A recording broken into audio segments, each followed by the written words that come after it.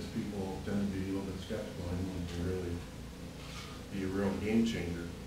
And but that's the opportunity out of this 1.2 billion every year between Michigan, Michigan State, and the others. We'll be traveling with the. They take a small group of the engineering students out to the Bay Area next week, and the top students with the top ideas will pitch their business proposal to a group of U of M alums in the Bay Area who are very energetic and encouraging this to happen. They will act as a panel, and they will judge and mentor these folks on their business ideas. In addition, if it goes like last year, we had 3 professors also got up and pitched their proposal to the venture capital panel and got some critiquing and mentoring as well. So when these students come back from that, I mean, the pace in that business environment is incredibly fast.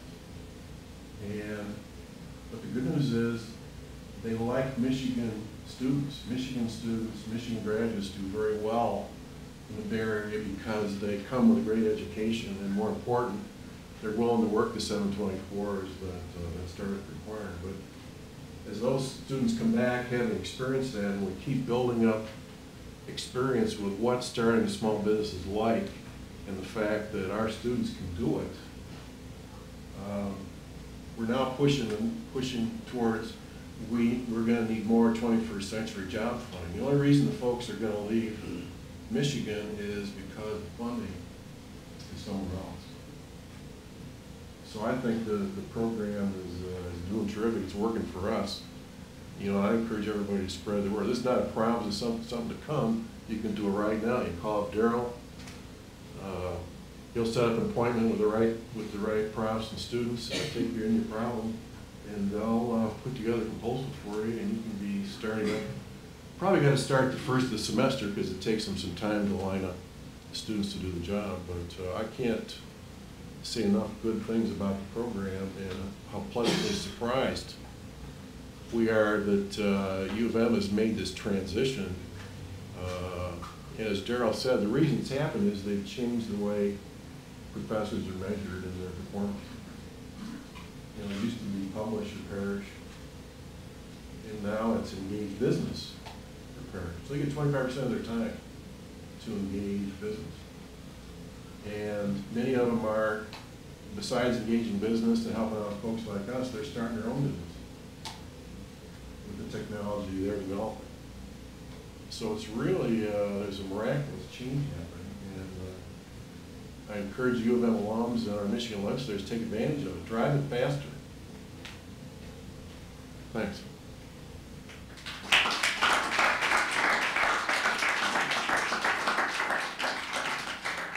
I don't know if folks have any questions. We'd certainly be happy to field those.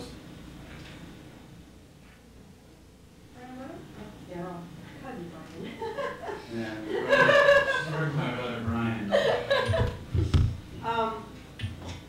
One of the questions we sometimes get asked is on the tech transfer side, if you have any measurements of the sustainability of these companies that are getting, I don't know if the correct term is spun off, but you know, are you able to track them and see how they're surviving?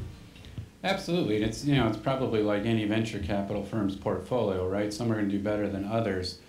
But I remember talking to Ken Nesbitt about this recently, and don't quote me on these exact statistics, but this is directionally correct. I think of the companies that we've spun out in the last 10 years, 20% are now out of business, but 80% are still in business. Now some are still limping along, right? Some have been very, very successful. So it's, and we do track it, absolutely. That's a really high number, because I think the average for small business startup success is 1 out of 6.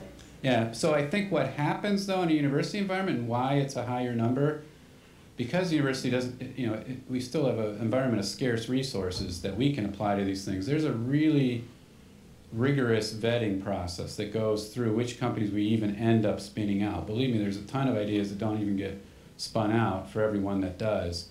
So I think that's part of why there's a, you know, little higher success rate than you would just if you looked at the population of startup companies in general.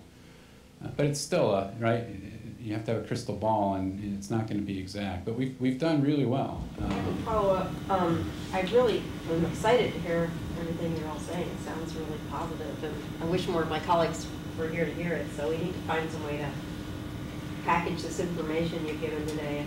I don't know if there's a couple of PowerPoints or something we could pass around. But Mr. Pittman, you mentioned the success of the 21st Century Jobs Fund and that we should put more money into that. Do you have any idea? I mean, obviously our state budget is in a pretty difficult situation now, but I agree we need to be investing in these things that are seeding our economy.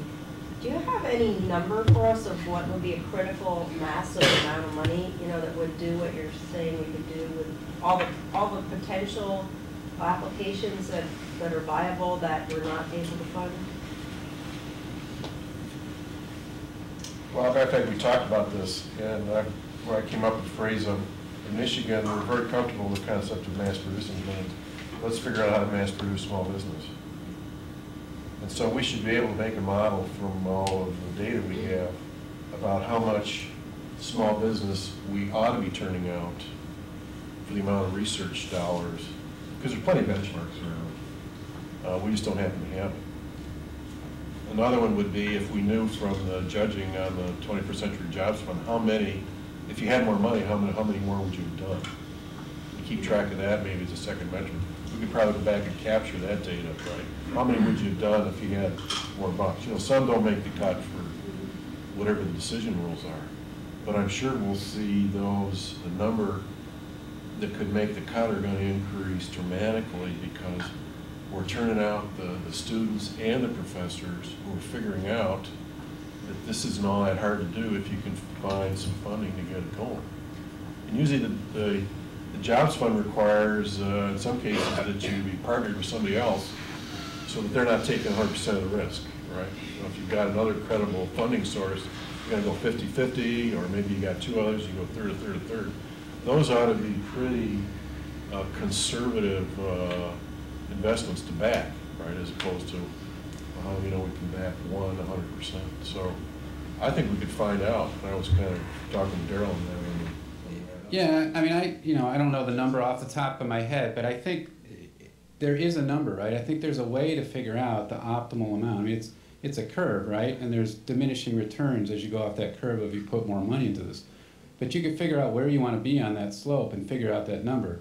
And even you have the experience with the past rounds of the 21st Century Job Fund, that'd be where I would start. Which ones didn't you fund that you really think could have been successful? That'll help you start getting to what the number really should be. I want to throw another idea out too that's always been kind of in the back of my mind, and I know it's very difficult funding times and environment in the state, but some other states do some matching programs for companies to sponsor research at their public universities in their states. Every company loves a leveraging opportunity, right? And if, hey, we can put in 50% and or whatever, it's 75-25 or something though, to help them stretch their dollars further. And well, by the way, but you got to do that with one of the State of Michigan public universities. It's a kind of a win-win-win all around, and can jumpstart more of these collaborations. So that's another thing that again, you're the one who can figure out where there might be any funding for such a thing. But some other states, Georgia, state of California, others have done this quite successfully, and I would love to see a program like that available in Michigan. In the back there. How do you imagine the stimulus program is going to impact on this activity? How it will impact industry-university collaboration? Collaboration. Not directly in any form, but I certainly think it will obviously prime the pump with some industries now will have some more funding available. Potentially the university might be able to go forward with a few capital projects, or so there's some money in there for scientific equipment, et cetera. So I think it's going to help, but there's no direct impact that I see on this industry-academic connection question. Right there? I'm going to fish you a little bit. It seems somewhat obvious, perhaps, that at least in Michigan, the days of the dominance of the big corporations is gone. Except for us.